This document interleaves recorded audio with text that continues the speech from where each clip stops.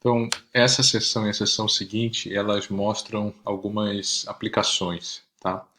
É, Nessa sessão, a gente vai ver a analogia com a lei de Ohm, né? A lei de Ohm, na condução de calor, ela relaciona resistências elétricas, digamos assim, ou de uma forma geral, né? Circuitos elétricos com os circuitos térmicos. Então, portanto, resistências elétricas são equivalentes a resistências térmicas, correntes são análogas a taxas de transferência de calor, a diferença de potencial são análogas à diferença de temperatura e tudo mais, tá?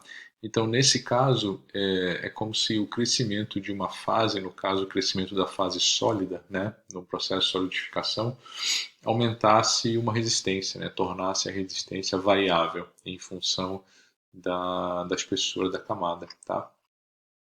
Então, é só um pequeno exemplo para mostrar que essa analogia pode ser estendida até para casos em que haja transição de fase.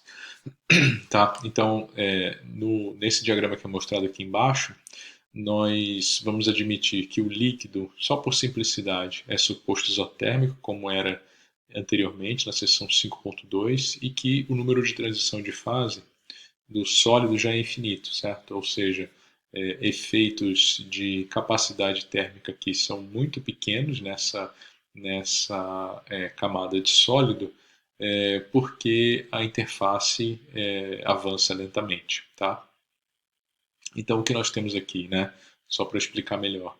O líquido que vai se solidificar, ele já está na temperatura de fusão, então em contato com essa parede, onde começa o Z, né, igual a zero aqui, já começa a ocorrer o processo de solidificação e a camada vai crescendo, certo? Tá? Nesse lado aqui eu tenho uma parede, né? Tem uma parede de espessura ΔW e condutividade térmica kW, e do outro lado eu tenho, por exemplo, um fluido refrigerante, né, que tem associado aqui um escoamento desse fluido refrigerante, é a menor temperatura do meu sistema, e aí ele está associado a essa condutância térmica, certo? Tá? Então o calor vai fluir aqui da direita para a esquerda, né, da direita para a esquerda, sendo puxado por essa temperatura TE, tá? Puxado entre aspas, né? Tá? Então, por exemplo, né, eu posso usar esse modelo simples que vai ser apresentado aqui para dimensionar uma máquina de fazer gelo, por exemplo. Tá? Calcular quanto tempo demora para que uma camada de gelo de tantos centímetros de espessura se forme. Né?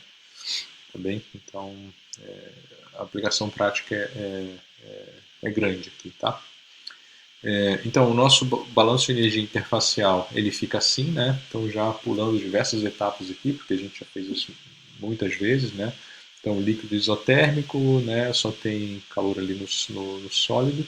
E esse gradiente de temperaturas no sólido que aparece aqui nesse fluxo, pelo fato de o número de transição de fase ser alto, ele já vai ser constante, né? O perfil de temperatura já vai ser uma reta, certo? Então isso facilita bastante, né? E eu posso inclusive definir esse fluxo, né, que é duas linhas de S, como uma relação envolvendo uma resistência térmica, né, com analogia com a lei de Ohm, tá? Uma vez que efeitos de capacitância não existem aqui nessa camada de sólido, né, como a gente havia dito. Né? Então o fluxo é igual a uma taxa dividido por uma área, sendo que a taxa é uma relação entre diferença de potencial, uma vez que a taxa é análoga à corrente, né, elétrica, dividido por uma resistência térmica, certo? Aí, no caso, uma resistência térmica total, porque eu estou olhando para a diferença, né, para a distância entre os dois potenciais. Um ATF na temperatura, na interface, perdão, e o outro TE lá no fluido refrigerante, que é a menor temperatura do sistema, tá? Então, o RTOT aqui é a resistência térmica global no arranjo em série. Né? Então, ela vai ser igual a 1 sobre HA mais a espessura da parede sobre cada parede sobre A. A é a área da seção transversal, né, ao fluxo. e delta, que é a espessura da camada de gelo, que depende do tempo, sobre o K do gelo, né, dividido pela área. Tá? Então, substituindo isso aqui na equação 1, né, essa relação aqui toda, né, com esse Q, né, essa diferença potencial, essa resistência total aqui com essa, substituindo aqui na equação 1, nós temos o seguinte, né, nós temos aqui o termo de calor latente, aqui o termo de calor sensível, tá? E aí agora é só uma questão de integrar, certo? A área vai cortar aqui, né, porque a área é igual para todos, né? Se fosse ao redor de um cilindro, por exemplo, a área não ia se manter, então a área teria que permanecer ali, né? Mas esse é o próximo exemplo. E nós chamamos aqui só de 1 sobre um coeficiente global, o E, a soma desses dois, que vai ser uma constante, só para simplificar aqui a análise, né? E colocamos tudo que depende de delta para um lado, né? E do tempo líquido do outro, né? Tá?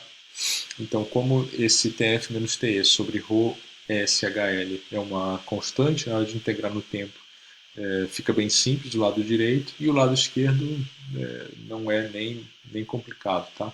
Então a gente integra também de 0 a delta, né, para achar o tempo que aquela camada de gelo se forma, e aí nós temos a nossa camadinha de gelo se formando nesse tempo aqui, tá? Então bem interessante o problema, tá? Então notem que à medida que essa condutância UE, né, tende a infinito, certo? Por exemplo, uma espessura da camada uma espessura da parede muito pequena, uma condutividade térmica muito alta, um H muito alto, né? A nossa temperatura em Z igual a zero vai tender ao TE, e esse 2K sobre UE delta tende a zero, tá? Eu fico só com esse termo aqui, tá bom?